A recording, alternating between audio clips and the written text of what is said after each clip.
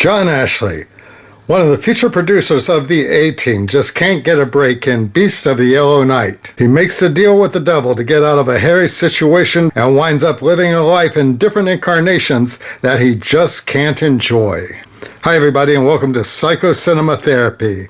My name is Dwayne Walker, and today we're going to analyze Beast of the Yellow Night. Hello and welcome to Psycho-Cinema Therapy.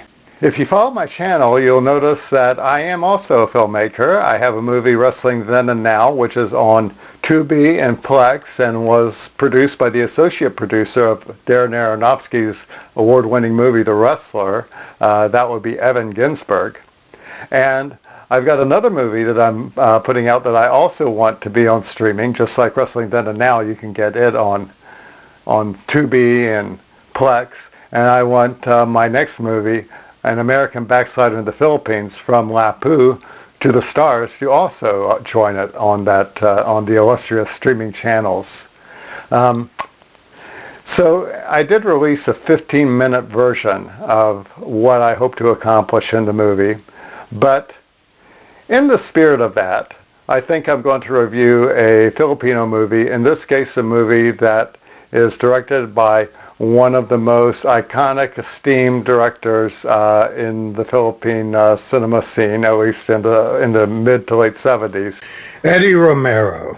Now, before I continue, if you like this review and you want to see more reviews, then please subscribe to this channel, click like, and you'll be alerted every time some new review or film analysis creaks out. So this movie was produced by both Eddie and the American star in it, John Ashley. And to kind of give you a recap of this movie, basically what we have is an American who was in the middle of some kind of a shocking crime or what have you, and he was there he was near death, and sort of a satanic figure played by Vic Diaz, who was working a lot in the 70s. Plays with kind of a satanic figure who basically tells him, if you worship me, you will have all the power, all the money in the world, and you'll never die. And basically, he's good. He's good on keeping his commitments, because John Ashley says yes, and the next thing you know, he keeps getting reincarnated as these various wealthy people. But the final one that he gets reincarnated on kind of bothers him, because he realizes that he has all the power, but he can't really do anything that he likes. He can't fall in love, for instance. He can't, every time he starts to do something that he likes, he starts getting this agonizing feeling in his gut, and next thing you know, he turns into this evil green monster that looks like a cross between the Grinch and Michael Jackson about to moonwalk. He's not exactly living his best life. I mean, this guy has no fun at all during his new incarnation. He's the head of this international firm, but one of the first things he does is fire everybody. And then when he tries to make love with his girlfriend, what happens? He starts acting like a man whose hernia is acting up and tosses her out before he turns into the Beast of the Yellow Night. This guy just can't get a break. Eventually he runs into this blind fellow who is very, very kind to him and kind of touches his heart there. And he knows. He knows about the agreement that he struck with this evil devil-looking figure, and helps him evade capture with the law after he has killed a number of people. And then at the end of the movie, though, when John Ashley is looking for death but can't get it, the man asks him to pray with him, and so in the gist of praying with him, somebody shoots him, and somehow all his problems are over because he prayed. Okay. And anyway, Satan's not worried, because Satan realizes he can always get somebody else, so he kind of laughs away. We could easily have another sequel coming. So he just kind of laughs away there. But in looking at this movie, a few things to keep in mind. Number one, Eddie Romero, the director. While he's primarily known for his monster movies and drive-in epics that populated American drive-ins back in the 70s, he did make some pretty legitimate movies a decade or so before that.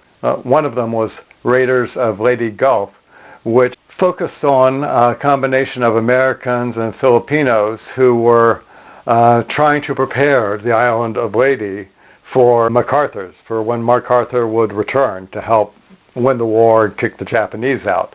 And of course some of them wind up becoming prisoners of war in a Japanese camp. And it's a very effective movie, but it didn't do that well. And it was somewhere around that time when someone approached him about doing a horror movie that he realized if he's going to make it, if he's going to make the big bucks, he's got to make something that appeals to, in those days, American audiences.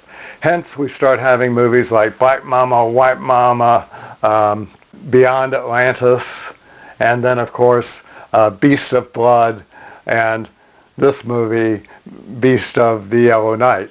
The sad subtext is that he's saying, okay, well, in order to be successful, I've got to appeal to the worst elements of the American character. And really, that's kind of dominated the Philippines, not just in the movie industry as well. I mean, one of the reasons that people go to the Philippines, I hate to say this, that's totally that, but it would be for places like Angeles City. Ever since the military came down there and it became known as this great red light district. So, again, catering to the worst elements of America. America cannot provide for their own. We are not providing health care. Our health care is not the envy of the world. That belongs to just about any country in Europe, but not here in the United States.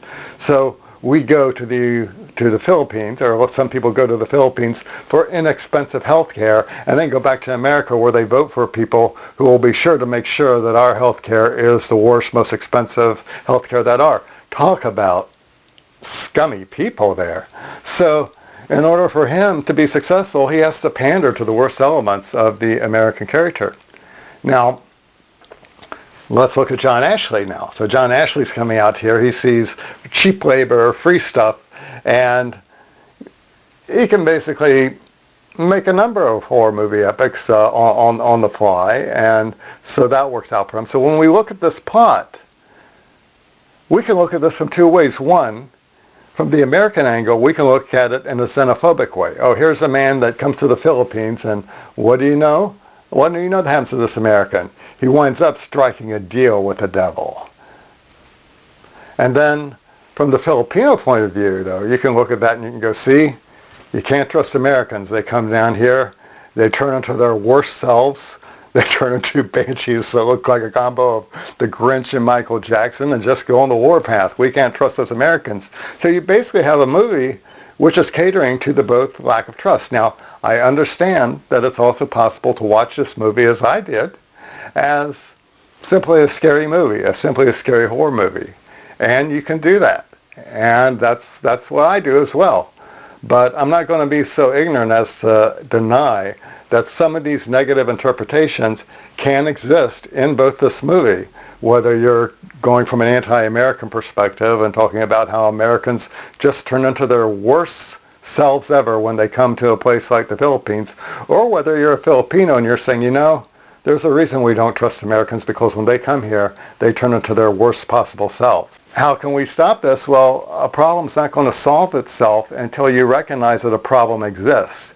And unfortunately, all of us across the world are kind of trained into a type of toxic optimism, where we're going to look at our good characters, but we're going to ignore our shadow selves. We're going to ignore the dark side. But if we want to really complement each other and work for our better selves and help make America truly a good country. I know we want to be great. Great somehow seems to me to be dominance. No. We want to be prosperous. We want to be good. And I'm pretty sure the Philippines wants the same thing, to be prosperous and to be good. So if we want that, we have to recognize our dark side. But we have to recognize that it's there.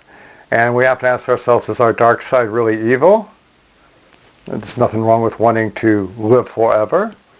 There's nothing wrong with wanting inexpensive health care. There's nothing wrong with sexual freedom. There's really nothing wrong with any of these things as long as you have respect for the other person and don't force people to do things that they don't want to do.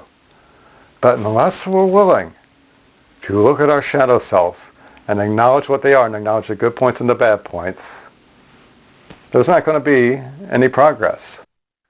Watching films that depict morally complex characters or unsettling themes can help audiences acknowledge their own suppressed fears or desires. If you haven't caught it, I have a 10-module course that takes the elements of film theory so that you can apply it to dream interpretation.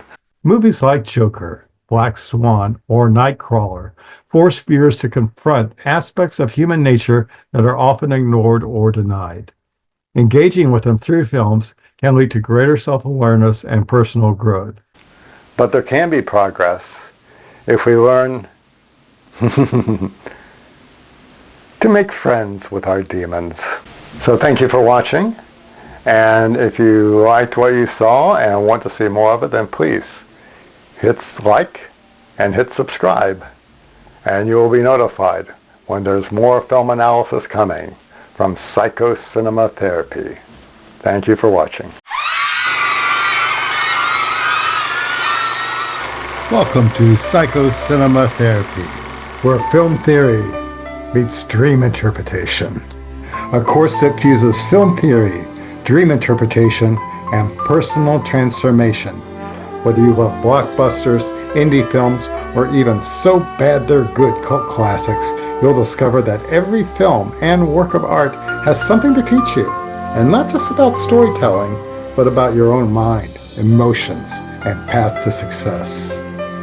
In this course, you'll learn how to break down movies the way a critic would. But instead of just analyzing what makes them great or terrible, you'll apply those same skills to your own life and dreams.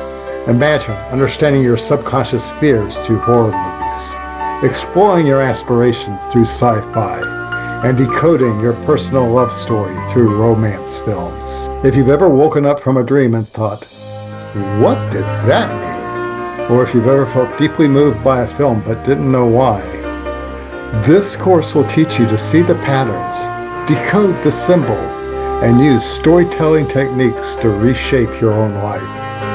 And the best part, you don't even need to be a film critic or a psychologist to bring your curiosity and love of movies.